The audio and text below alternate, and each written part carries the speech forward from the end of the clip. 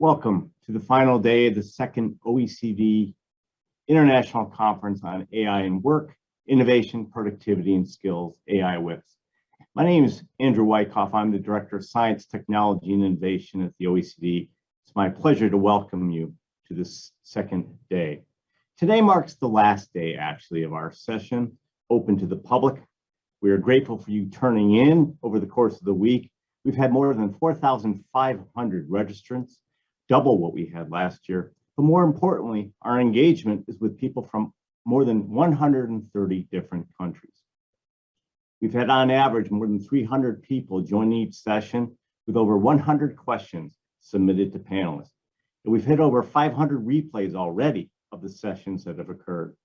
We thank you for your attendance and participation, and all of which are part of us building a community around AI WIPS research and policy. I also want to thank the OECD staff who have worked hard to make this possible. In conversation yesterday with Stefano and Andreas, my fellow directors on this panel, it was clear that we have the ambition to make this an annual conference going forward. Now, before I start on the session, I just want to do a few quick housekeeping tasks. First of all, there will be video on demand of this session and all the other sessions to date one day after on the conference website. Your question and answers can be asked via the chat function, and this is very much welcome. And during the session, my colleagues will run 2 different surveys to get a sense of what you think will be the key opportunities and challenges for the take-up and use of AI in the near future. The first will be launched shortly. Please do feel free to share your response in the poll to the chat, in the chat.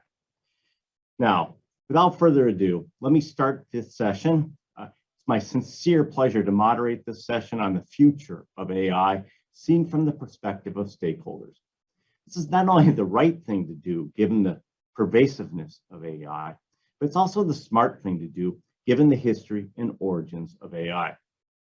At the OECD, we pride ourselves on our multi-stakeholder engagement, where we've had formalized engagement with the business and organized labor for decades. It's my pleasure with that to introduce Carolyn Nguyen, the Director of Technology Policy at Microsoft, who's representing business at the OECD today. And Mary Towers, the Policy Officer from the Trades Union Congress, TUC, who is representing the Trade Union Advisory Committee to the OECD, or TUAC. In the OECD's Committee on Digital Economy Policy, for 14 years, we've had 2 additional stakeholder groups who sit at the table. The Internet Technical Advisory Committee, represented today by Clara Neppel, who's with the Institute for Electrical and Electronics Engineers, better known as IEEE, and the Civil Society Information Society Advisory Council, or CISAC, represented by Pam Dixon from the World Privacy Forum and Nico Miai of the Future Society. Now, in partnership with the OECD's Public Affairs and Communications Directorate, we've now added another important stakeholder to our work on AI. That's the OECD's Global Parliamentary Network on AI, where we have the honor of being joined by Eva Kaili, Vice President of the European Parliament. Now, I will ask each to speak in the reverse order of my introduction today and to briefly talk about the future trajectory of the AI as they see it, as well as the policy priorities for ensuring that it is the AI future we all want.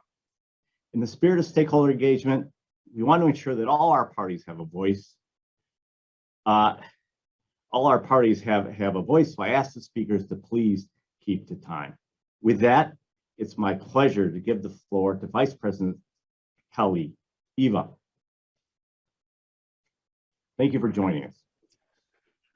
Thank you, Andrew, for your kind words and introduction. And of course, Anthony Gooch, because I've been working with him since actually I joined the European Parliament, and now we did tax, we did blockchain, and now we are, I think, into the most transformative technology, artificial intelligence.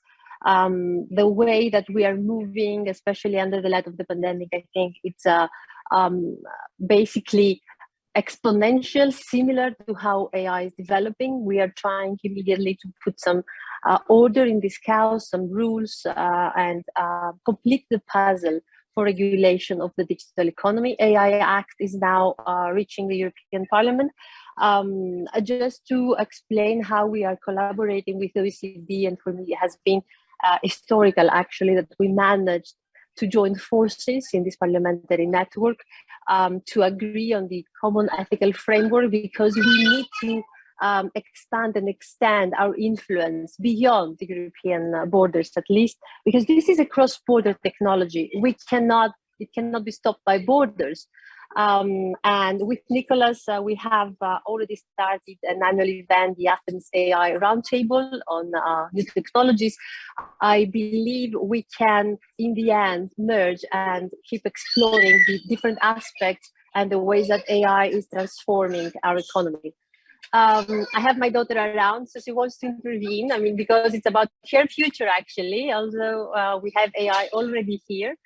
I would like just to say that for us, the AI Act is just the initial text now.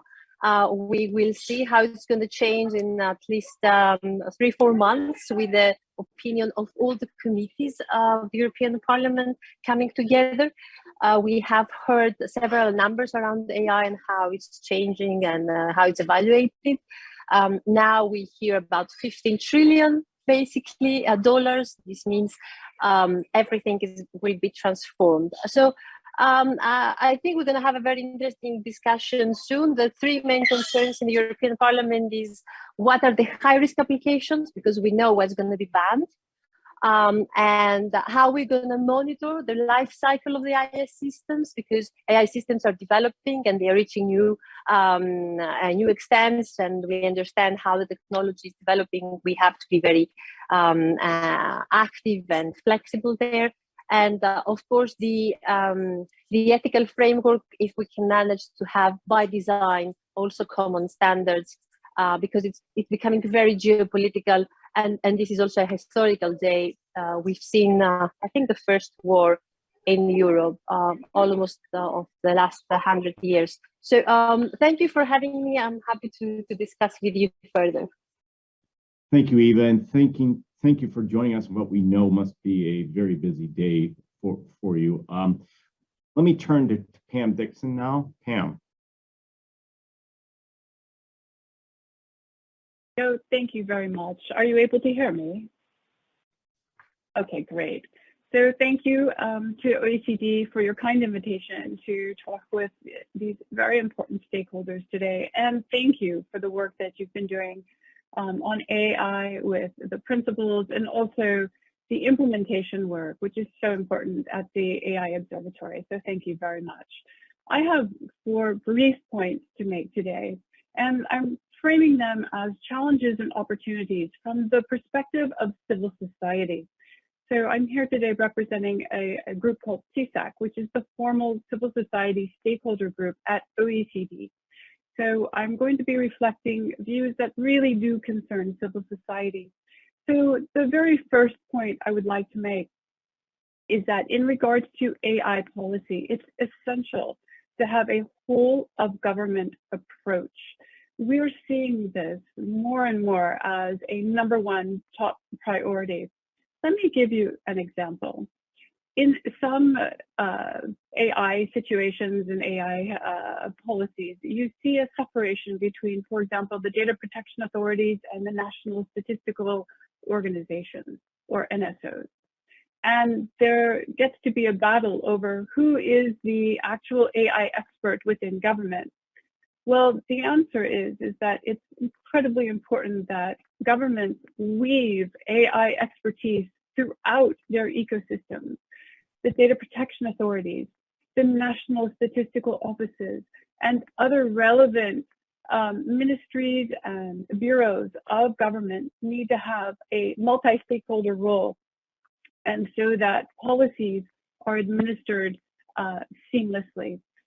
We're seeing this as a great exemplar, particularly by New Zealand. If you look at what New Zealand has been doing, it's rather extraordinary.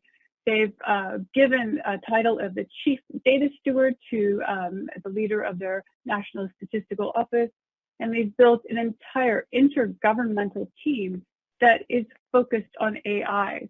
and they went ahead and did a very, very unique whole of government audit of their use of AI and produced a report that was really groundbreaking. This is very, very important, and I'll come back to this in a bit, but the need for a whole of government approach is absolutely essential. We're seeing governments do very seldom right now, but hopefully many more in the future, are making transparent audits of their uses of algorithms. And here I mentioned New Zealand as the most extraordinary exemplar I've ever seen, literally publishing how they're using algorithms and what the problems were and what the benefits were. So we need to see more measurement of all of this.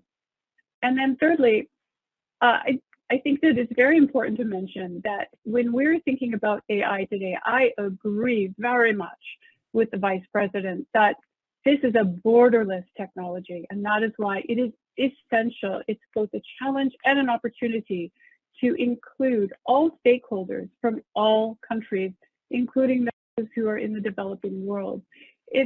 It's very, very difficult to explain if you haven't worked in the developing world how AI is effectuated so differently. But if you're in a country without a stable energy grid, AI becomes much more difficult, and there are certain rudimentary things that need to be in place first. We all have a role and a challenge to ensure that we're developing good policies in all jurisdictions that are fit for the jurisdictions, not some kind of top-down thing where it's not a good fit. So we need to bring the developing world in as stakeholders, very, very vital stakeholders. And then finally, just a final point. It's quite important in the field of AI going forward, and this is a great, great challenge. It's also an opportunity, but we are learning, there are risks in AI that cannot be mitigated. Some of the identity ecosystem risks related to biometrics are not fully mitigatable, if that's a word. But the more serious risks are political risks. So for example, in Kenya, there are people who are not granted the opportunity to get an ID that's run by AI because they are not considered worthy by the government of being included. And this is a very good example of a political risk. There are many political risks today, and we need to construct AI systems that will protect people and cannot be used or misused in political situations. That's a tall order, and it's a great challenge. Thank you again for the opportunity to share my thoughts, and I look forward to listening to others. Thank you. Thank you, Pam. Now, the second voice of civil society, Nico. Well, thanks a lot, and let me build upon what Pam has been saying. But first, I think we need to take a step back. I need to take a step back. I mean, because we all woke up this morning to a new reality. So I want to call the elephant in the room of the future of AI, or rather the bear in the room, as Russia has decided to invade Ukraine full on. So first, a word of solidarity for the people of Ukraine. They are afraid, they are threatened. And I think that it's a sad day for international cooperation. And the mandate of OECD, what brings us together today, is to try and advance international cooperation. And a sad day for the rule of law and for democracy. Ukraine is a democracy trying to follow the rule of law. But what does that mean for the future of AI? I'm afraid that we will have to probably expect and confront a second chapter of this resort to war and violence in the future on the other side of the world, in Taiwan, in Korea. Much like President Putin wants Ukraine, it seems that President Xi wants Taiwan. So I'm afraid that we are not over, and we're entering a very dangerous international period. Second, I think we need to expect cyber warfare escalating as we escalate massive sanctions on this side of the world. And that's a real danger because, you know how you begin a war, you don't know how you end a war. So we know that nuclear deterrence is imperfect, and we have never tested the threshold of a nuclear deterrence with a cyber warfare paradigm. So that's something where AI, again, is going to play, because increasingly AI systems are deployed at the forefront of cyber strategies. So I think what we need to expect in this new geostrategic context is a geostrategic context of a prolonged Cold War between the West, probably China and Russia, and their allies, and probably an arms race. And I remember the days at CDEP in 2016, where in the room we had Russia, China, everyone was collaborating together. These days seems to be behind us. So it's not going to be easy to work together. And so what it means is less international cooperation on AI, while we need more of it now. The capacities of AI are increasing fast. They're becoming more complex. And so in such a strategic context where we need more international cooperation on AI governance and we'll get less, we have a problem. We have an increasing, an additional challenge to deal with. And, you know, it's particularly the case with China, for example, which is, you know, playing and will continue to play a big role in the future of AI. So lacking pathway to collaborate with them is going to be a problem. So what it means is that we are most probably going to be able to capture less of the upsides of AI in the future. And we are collectively going to be more exposed to the risk of AI. And so we'll have to somehow reinvent a little bit what confidence building and minimum level of cooperation means, while on the other hand, holding the line and protecting our sacred values of the rule of law, democracy, freedom. That's not easy. And I think that that's an area where economic cooperation and the OECD has and can continue to play a very important role and should not abandon that role. And an additional point on the same line is that in that context, again, reconciling the pursuit of safety and security, we're going to talk a lot about international security over the coming years. So reconciling safety, robustness of software and security on the one hand, and fundamental rights in how we render AI governance operational is going to be key in such a context of tension. You can count on the Free Society effort to help intensify that. Here again, I really think that OECD can play a big role. It has had and will continue to have an influence on the G20 agenda, which is this area of global cooperation. So I hope that we can continue to work on that. The need of the hour is really to operationalize AI governance. And by operationalize, I mean rendering the tools and instruments of governance manifest. We talk a lot about regulatory sandboxes in the EU AI Act. Well, there's a lot of work to do to engineer these tools into reality. The same for auditing, accreditation, certification, and conformity assessment schemes. There is a consensus among practitioners over the need for such schemes to emerge, but there is a lot of work to do to engineer them into reality. Like Pam's, yeah. Sorry for interrupting you. Oh, sorry. I was getting indications from our technicians that the webcast was down, just as you were talking about cyber warfare, but it seems to have recovered. My apologies for interrupting you. If you could wrap up maybe in 1 minute. Sure. So I was talking about, so I want to, in my last point, I want to build upon what Eva Kaili said and what, talking about the attendance roundtable and what Pam mentioned. I think we need to collectively develop the infrastructure for technical benchmarkings of AI systems with the associated metrology.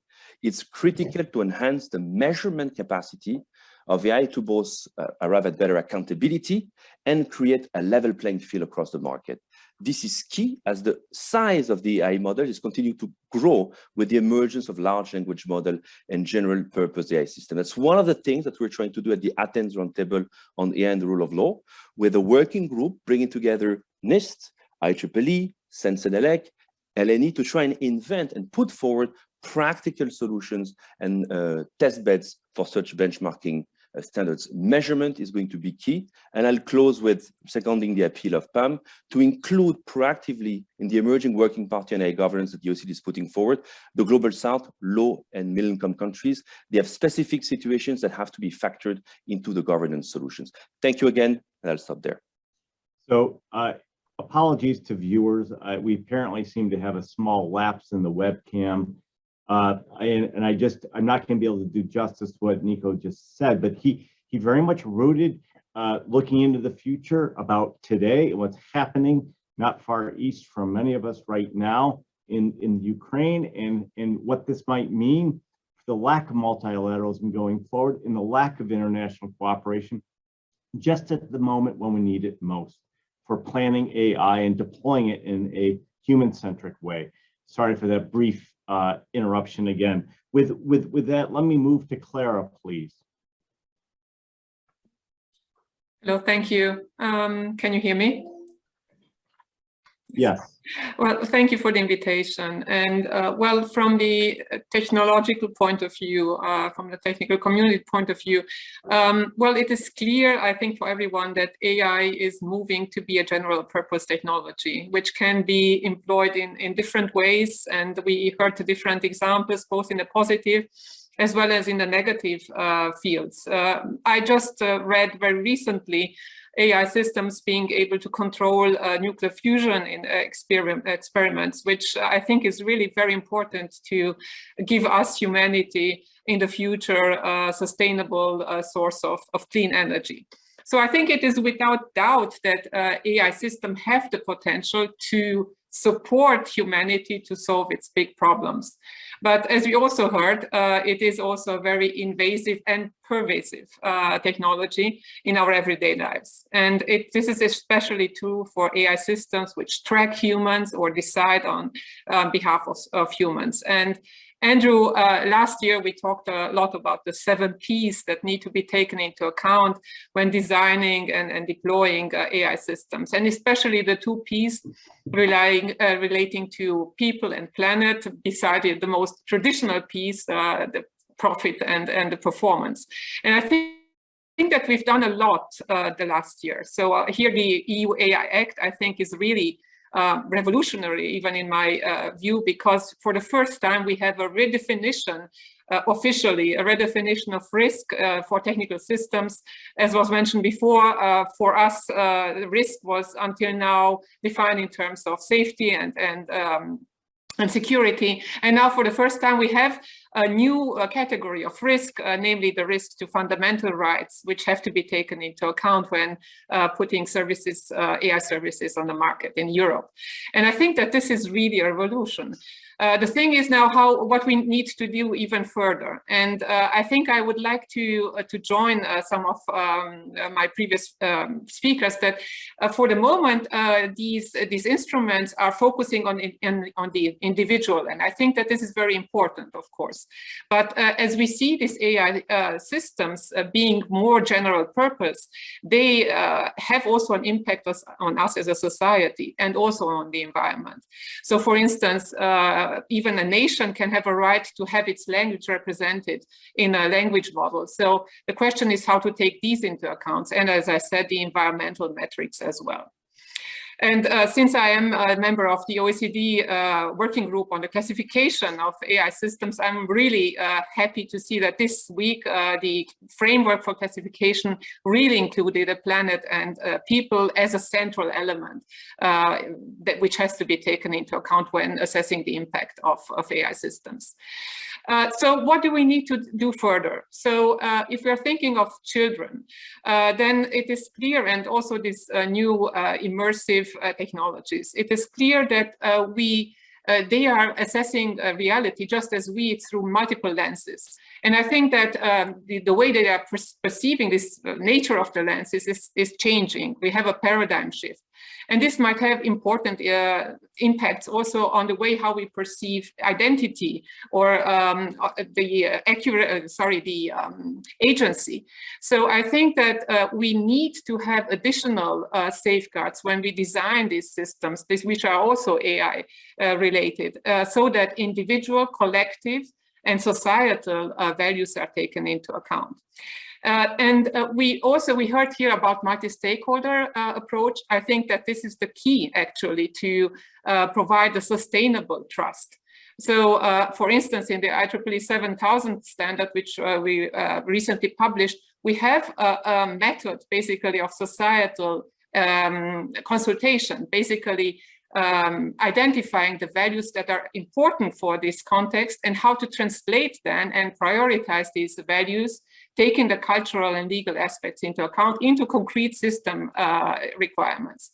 And here we see a new skill as well, because we're talking here about a skill. So we need to develop these skills on the edge between technology, legal, and maybe even political, because we need to have this skill to translate between, let's say, technology and the rest of the society in order to make this multi-stakeholder approach really successful.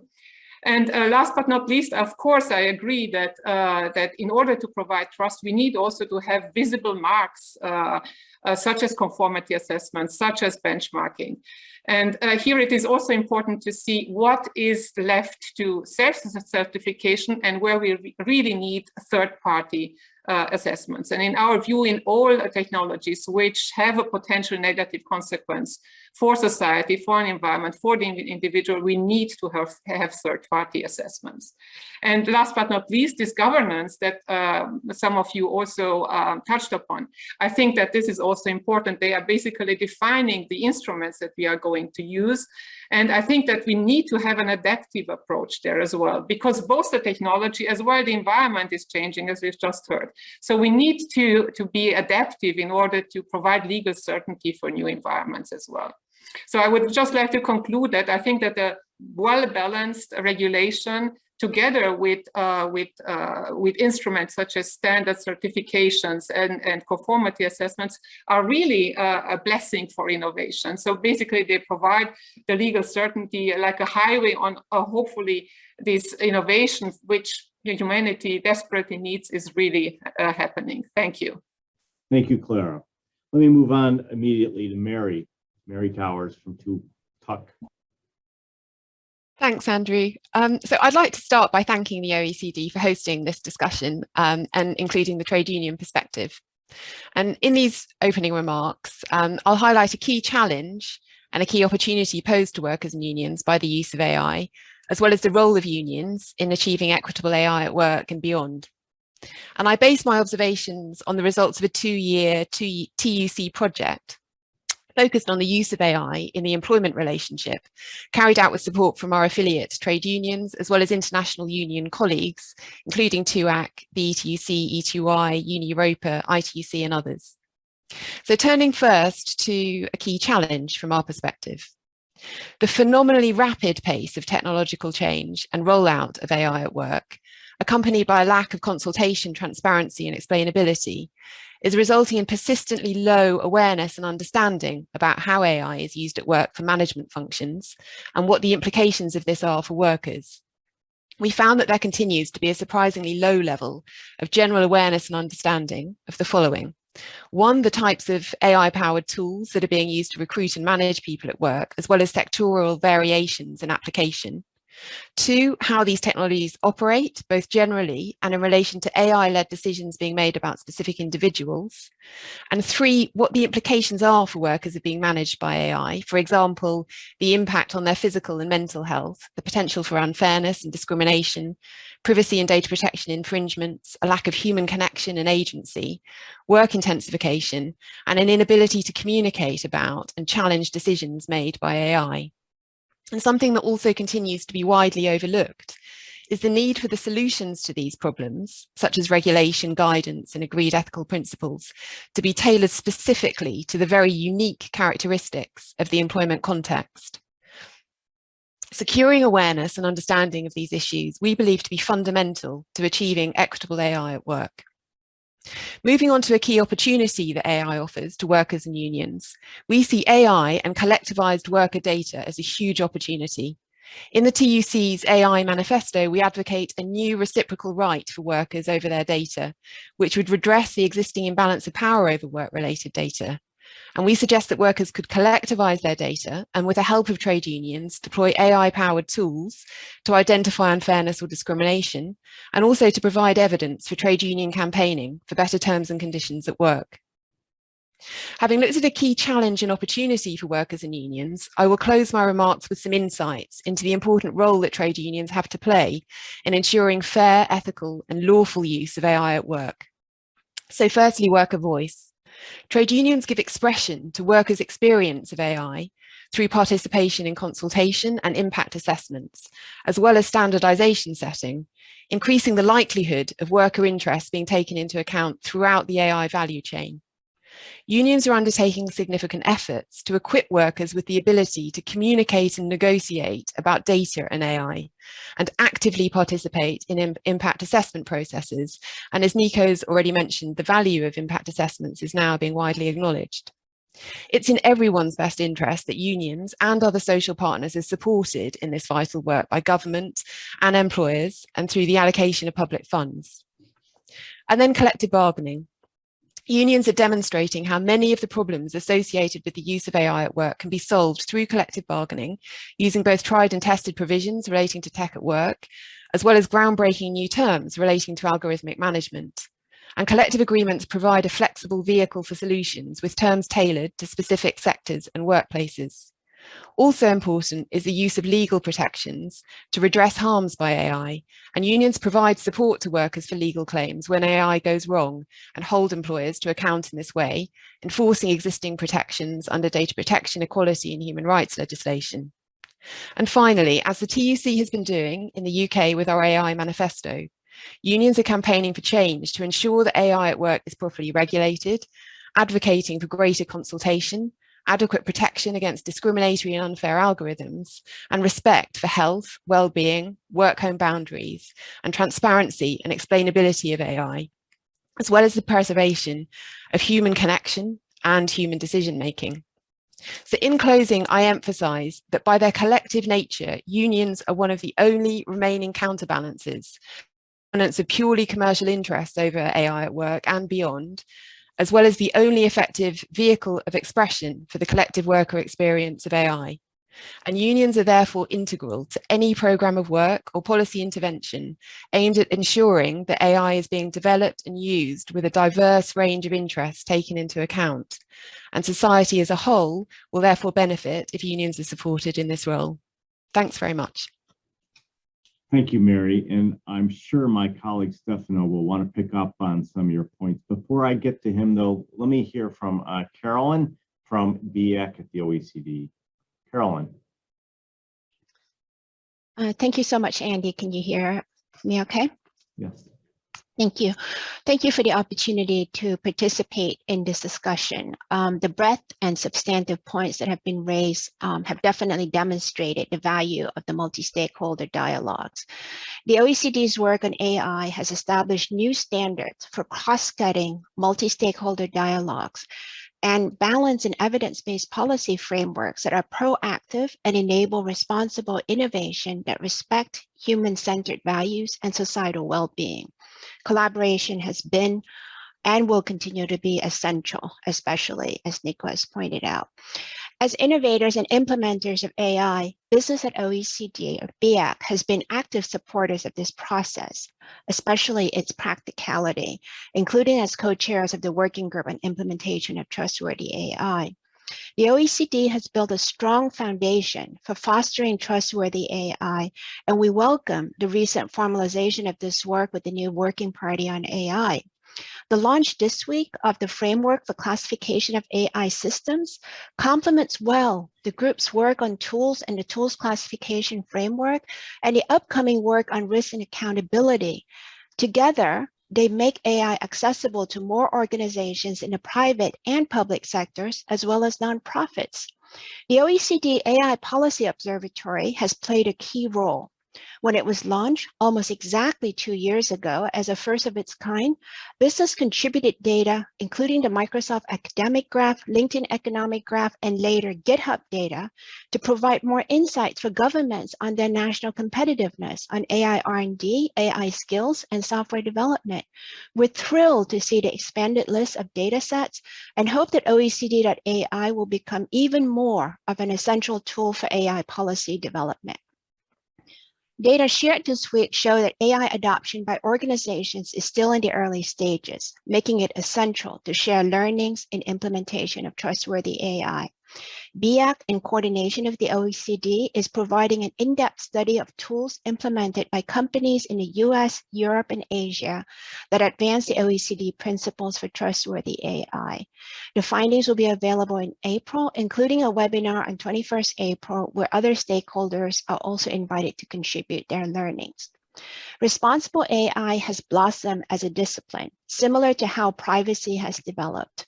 We look forward to continuing to work with the OECD to develop frameworks, toolkits, and examples that can help foster adoption of trustworthy AI by organizations of all sizes across all sectors and scale. The OECD's vision of AI is human-centric, reflected in the OECD.AI logo to remind stakeholders that AI should be designed to augment the capabilities of different groups of people. Workers are one such group. BIAC is working with the Employment, Labor, and Social Affairs Directorate to study the impact of AI on the workplace in a number of countries to identify good practices. We're also speaking on a panel addressing social dialogue as a way to ease AI adoption in the labor market in the session after this. Human-centric will be increasingly essential as AI is used to address complex social issues. For example, the use of AI in education to ensure every student stay engaged in learning, a rethink of educational system holistically that is so necessary in today's remote learning environment. This dimension and the first trustworthy AI principle on inclusiveness, societal, and well-being will become increasingly important as AI permeates our society and world. 3 challenges. Powerful large AI models are becoming more general purpose, such as GPT-3 and Codex. GitHub has recently launched Copilot, which helps software developers write code more efficiently with automatic code completion and suggestions. These and other new content generation applications should be further studied to help develop principles so these systems remain human-centric, empowering people, developers, creating new opportunities and market access. The OECD frameworks for system and tools classification should be tested on these systems to evolve their applicability. Regulatory sandboxes that encourage technologists, policymakers, and others to come together to experiment new applications should be further explored. We challenge the OECD to create a bot that can write new policy. Data and AI. Trustworthy AI requires trustworthy data. Issues such as provenance, fake data, and synthetic data. A better understanding of the impact of data governance policy on AI systems and innovation is needed, as this may help to further development of technologies that can address data policy challenges, such as federated learning, learning from small data. There's also the increasing data divides and the impact of this on inclusive economic recovery and development globally, echoing others on the need to include the Global South in these conversations. Lastly, the need to democratize AI and its access, making AI and its infrastructure, data, compute more accessible to non-practitioners and more usable by subject matter experts is one way to ensure realization of the potential of AI. Making these tools more accessible to SMEs, which are the growth engine, is another one. Thank you for the opportunity to participate in this conversation. So let me thank all of our panel speakers, and particularly all of you for keeping the time. And again, apologies for the slight glitch in our webcast. Let me turn immediately to my 2 fellow directors, Stefano Scarpetta, the Director of Employment, Labor, and Social Affairs at the OECD, who I'll ask to speak first, and then Andreas Scheichler, the Director for Education and Skills, each of which I'm sure will have their own perspectives to react to what they've just heard. Stefano. Thank you very much, Andy, and let me join you in thanking our panelists for really sharing with us a lot of very insightful thought. I think Nico is right. Unfortunately, today is a very sad day for international cooperation for the rule of law, but perhaps it's also a day in which dialogue at all levels is more than ever important. I think I very much welcome this opportunity to engage in this conversation with all our key stakeholders. Let me touch upon 2 points that were somewhat addressed by our panelists. One is how AI as a general purpose technology is affecting the changing skill needs on the one hand, but also in so many ways, the way in which we work. I think the emerging evidence, and here I underline really the word emerging evidence, seems to suggest that AI use in the workplace is challenging somewhat of the views we had only until a few years ago, that automation is mainly affecting routine tasks performed by low-skilled workers. The evidence that seems to be emerging, and perhaps more in the years to come, seems to suggest that AI capabilities will go way beyond that and affect non-routine cognitive tasks, information ordering, deductive reasoning. And in this sense, the occupations that are likely to be particularly affected, impacted by AI, are also those involving non-routine tasks in high-skill, white-collar works. These include, for example, business professionals, science and engineering professionals, legal, social, and cultural professionals. The evidence in this suggests, and that's quite interesting in my view, is that the use of AI is not only challenging this profession, but actually complementing them. So the evidence is that high-skilled workers seem to be benefiting in terms of higher productivity, higher wages, and there is a risk here that some other workers, including the low skill, may actually be left behind, and to some extent might not be able to benefit as much as the high skill from this new technology.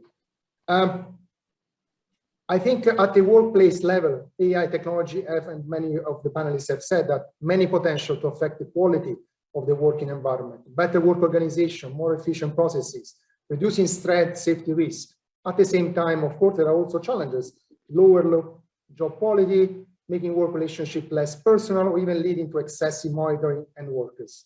And indeed, and that was the point that Mary was mentioning before, we are also running a survey on AI use and social dialogue, and shows that the social partners are concerned by ethical concern, changing skill needs, liability risk of AI-informed decisions as the top 3 risks on the use of AI adoption in the workplace. So I think Pam was right when she said, we need a multi-stakeholder approach involving government regulators, but also the employers and, of course, the worker themselves.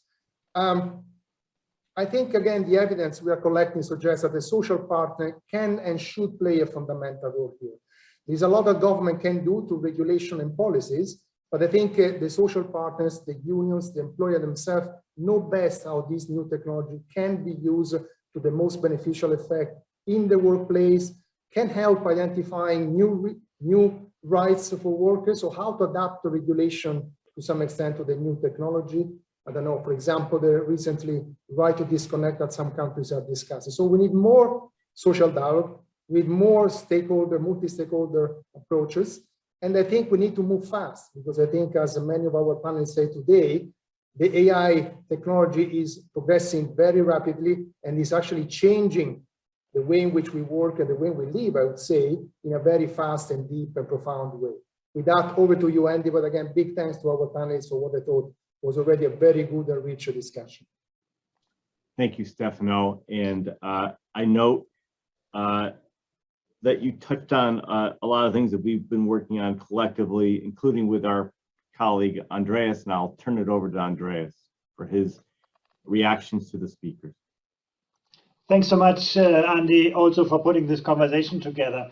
Let me just add one aspect to this conversation, and that relates to how the relative position of humans versus AI has changed so dramatically. You know, we test the skills of adults regularly through our survey of adult skills, and what we've done more recently is to test AI capabilities against those human skills. So we're getting a better understanding of how AI performs against humans. And when we did that first in 2016, we had 46% of adults where you can say that got better literacy skills than, you know, technology. Today, 5 years later, it is just 11%. So there has been a dramatic shift in the relative position of humans and AI when it comes to fundamental skills. So upskilling and reskilling is not just incredibly important, it's also incredibly urgent. And we need to remember that AI is best precisely in the kind of things that are easy to teach and easy to test. It gets back to a point that Clara made earlier. But let's also keep in mind that AI is not a magic power. It's just an extraordinary amplifier, accelerator. It amplifies good ideas and good practice in the same way it amplifies bad ideas and bad practices. Several of you made that point. In my field of education, AI makes learning so much more interactive, so much more granular, more authentic. It gives educators great tools to understand how different learners learn differently. It empowers learners to take ownership over, you know, what they learn and how they learn and when they learn over their life cycle and where they learn. But we also see that AI is making learning more scripted, more passive, more reactive, and it can massively spread and amplify bias among educators. And Pam actually highlighted some of the issues that actually apply to education very much as well. It's probably fair to say that AI is ethically neutral, but it's always in the hand of people who are not neutral. And the only reason why we should fear AI is because it's always going to obey us and never rebel. You can, of course, say that humans were always better to invent new tools than to use them wisely. And that gets put to the point that really Nico made. But over the next years, biotech combined with AI is going to give us so much more power to manipulate the world inside us, not just the world around us, to reshape ourselves. So we need to become a lot better at seeing and understanding our own biases and at understanding the world around us, but we need to be better at understanding our own minds. Clara actually made that point really well, and we better understand our minds before, some algorithm is going to make it up for us. And on a more positive note, I think history also shows that we can respond to those developments. As cars became more powerful, more numerous, we built better roads, more sophisticated street signs, we put seatbelts on, and whether AI will do the same way is very much depending on whether we can imagine the consequences and downsides more clearly than we do today. It was interesting to hear from Eva how Europe is actually approaching regulation in this area, and also Carolyn made some good points on how we can get a better handle on AI and make it human-centric. But I think getting humans ready for the AI world will be at least as important. We cannot just trust on the AI side. We need to ensure that humans become better. And wherever regulation is going to take us, the growing uncertainty and ambiguity will make the values of humans ever more central. Ethics is going to be our capability to put those values into action. In one way, AI pushes us to think so much harder about what makes us human. Thank you. Thanks, Andreas. And to keep us on time, we only have about 5 minutes left now for our Q&A before we go to the lightning round. And so I would ask each of I'm going to pose a few questions. I'm going to ask each of the people, our speakers, to be very succinct in their answers. What I thought was a thread going through a couple of the different presentations was the growing importance of AI compute and how you need really high-end, very powerful computers increasingly to engage in AI. It was an issue that Jim Besson brought up in the very first session of our conference this week. Both Nico and Carolyn brought it up. And I guess I would be interested to know what we think are some of the solutions for making this far more accessible so that a greater number of people can use it. The other issue, and I'll try to be very fast. I was fascinated by Mary's suggestion that workers should have reciprocal rights to their data in the workplace. And I would love to hear the reaction to others. I think that's an interesting idea. We've put out a council recommendation that talks about the ability to share data. It is not exclusive, but is a common resource. With that, could I just see a show of hands if people might want to react or react to something else? And again, apologies, we have not much time. Thank you, Pam. Yes, thank you. Just quickly reacting to the issue of data. There's so much to react to, but I really want to talk about data very briefly. We're not very good at data yet. It seems like we are, but we're not. We're just at the beginning of really understanding large data ecosystems, how they interact with each other, and what is truly de-identifiable, what is re-identifiable. And basically what we're facing right now is that because of the power of AI, we really have a bit of a crisis in some of the privacy tools and confidentiality tools we've been utilizing for the past 20, 30, 40 years. So aggregate data, de-identified data, we are really reaching the theoretical limits of this already. And in 10 years, I suspect that we will be well past those limits. So we need to really think about data very hard and how we're ingesting data, what type of data is available for ethical use, who gets to use it, who doesn't.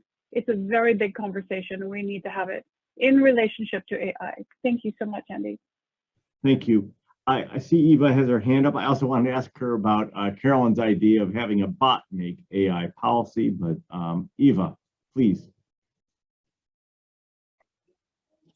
Thank you, Andrew. Just to say that we are expecting now a new legislative file on, it's called the Data Act. Basically, it's going to be the GDPR of non-personal, non-sensitive data.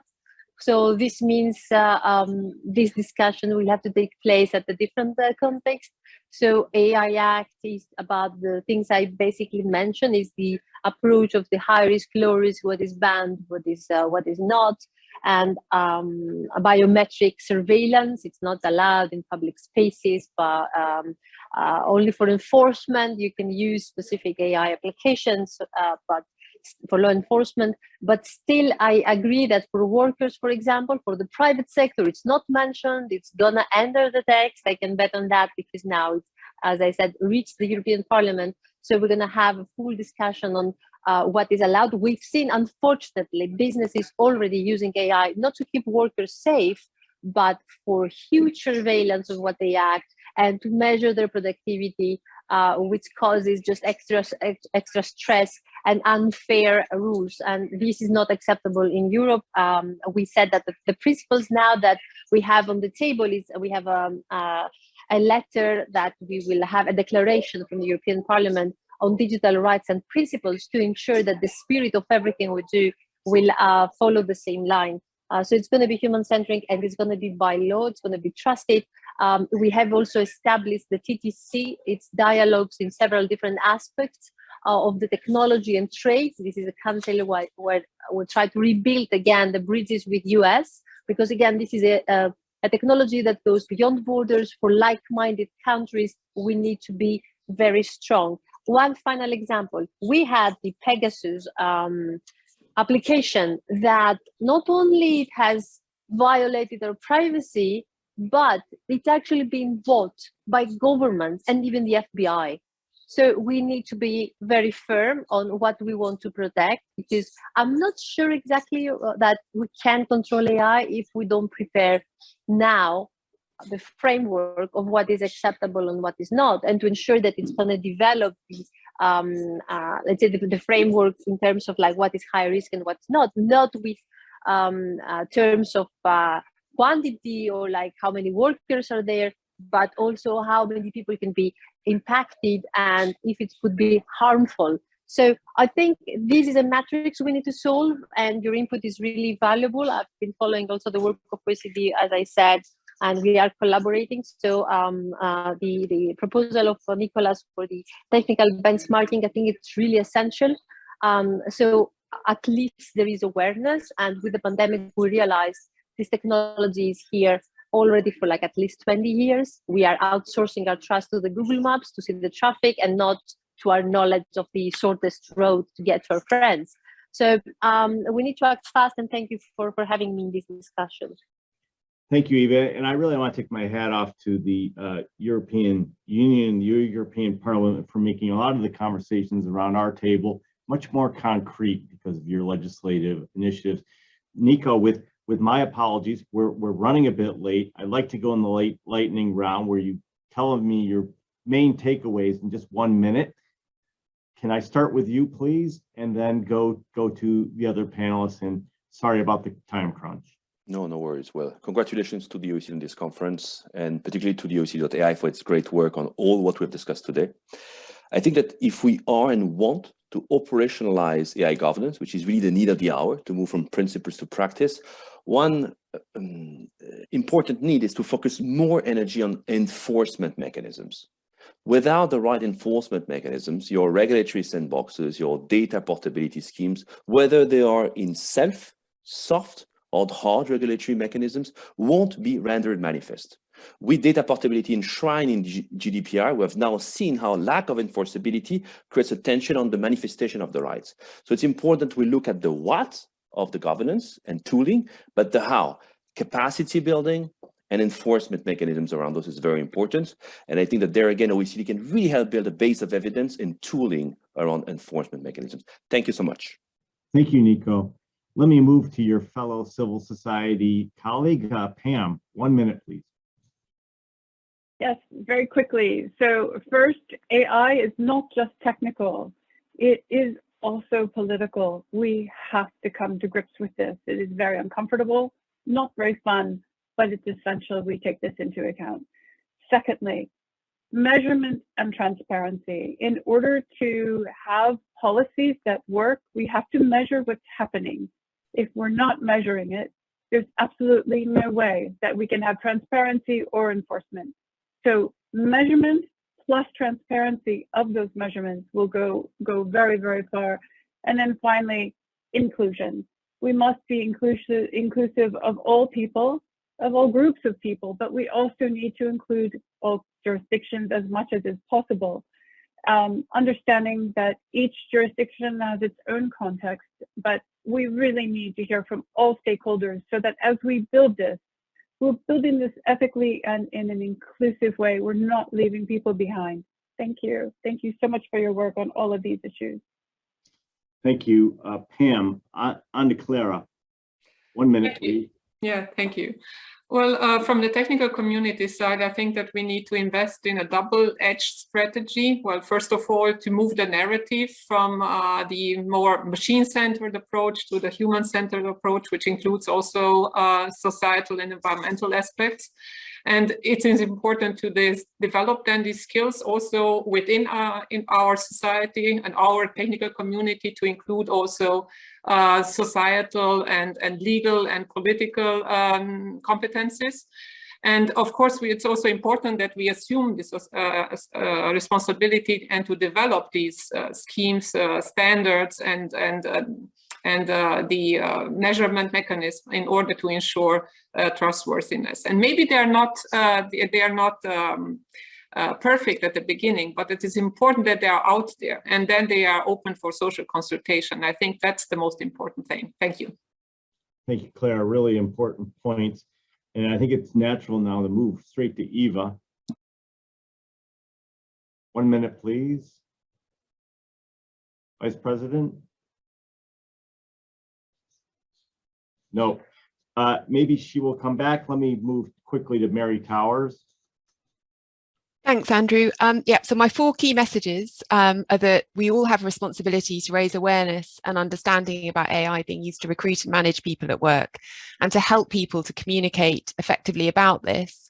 And this is especially urgent given the phenomenal pace of technological change. And I'd like to acknowledge the great work that the OECD is already doing in that respect, but just to flag there's so much more that needs to be done. And then the use of AI in the employment context necessitates measures that are tailored to the unique requirements and characteristics of the employment relationship, that worker voice, worker interest, and the lived worker experience of technology must be taken into account at all stages of the AI value chain. And finally, strong unions and support for the social partnership approach are key to ensuring that AI at work is for everyone's benefit. Thank you, Mary. And last but certainly not least, Carolyn, and I do want to thank Carolyn and BIAC and Microsoft for the generous data they've been giving to us, which has really helped put an evidence base under the work here at the OECD. Carolyn. Thank you, Andy. I'd like to, for the OECD to really continue to build out the foundation for trustworthy AI and the practical frameworks that will we need to keep in mind that AI can only reach its potential if it can be used by everyone in their unique context and increasingly within social context and global challenges. So I echo others' comments with respect to making sure that the technology remains human-centric. What can the OECD do to encourage that and to be inclusive in terms of the global South, because technology is cross-border, and the continued participation of multi-stakeholder. Thank you so much.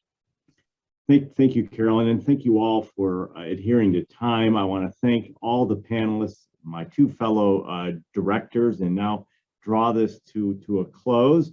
We will take a 15-minute break and come back at 3 o'clock Central East European time, Paris time, for what should be a fascinating session on AI and social partners.